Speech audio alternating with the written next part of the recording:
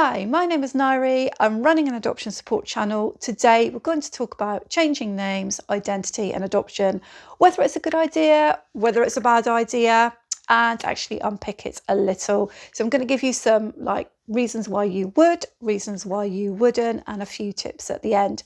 So stick with me. If you think an adoption support channel is going to be useful, please take the time to subscribe. So first and foremost, when you say to people on any group, any forum, should I change my adopted child's name? Most people will say no, because it affects their identity. And that's very much the standardized answer.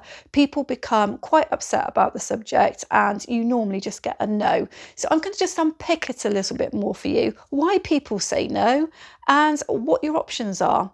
So people say no because they say it's directly linked to their identity. You start messing about with their name, you start messing about with their history. And I guess there is some truth in that, but does a name make our identity entirely?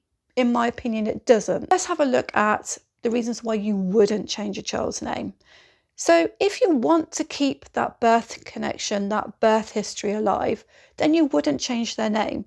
So if you feel that passionately about the fact that they need to have the original name that they came with, because that's from their birth family, and you're open-minded around the birth family, you may have an open adoption, you're not going to change their name. You're not going to change their name if you don't need to.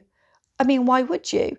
If their name is okay, you feel that you can live with it, there's no need to go changing their name just because you have a favourite name out there and you wanted to use it. That wouldn't be a reason why you would change their name. You would rather keep their name and their identity.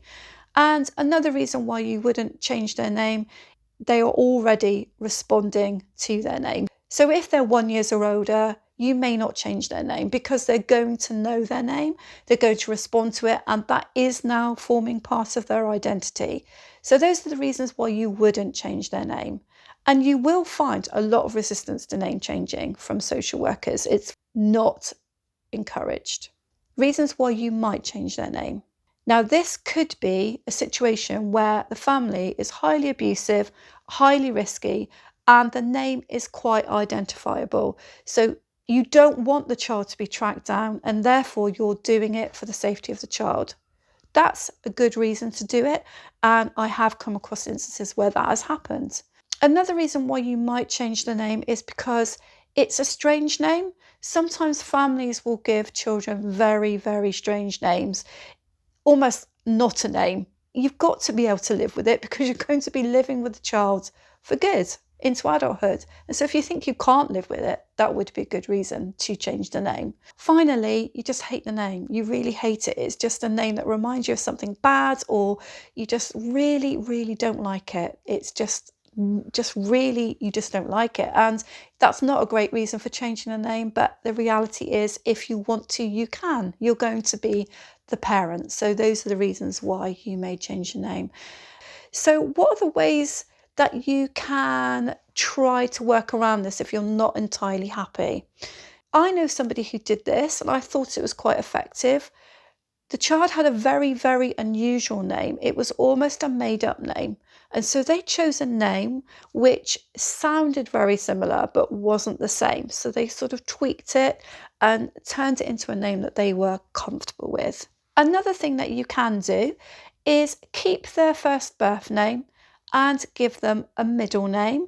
And I guess in the future you could turn those names around if you really needed to. But what you're then doing is you're adding in a name that you've always liked behind the birth name. The other way around is if for whatever reason you just cannot live with the birth name, for the reasons that I've said in the video already, then you could actually move the birth name into the middle name and choose a new name for the first name. And that way you're still keeping part of that identity within the whole name. I hope that helps you guys. If you've enjoyed my video, please give a thumbs up and subscribe, and find me on my channel. Find all my playlists around everything around adoption that you can imagine, and I hope to see you on another video.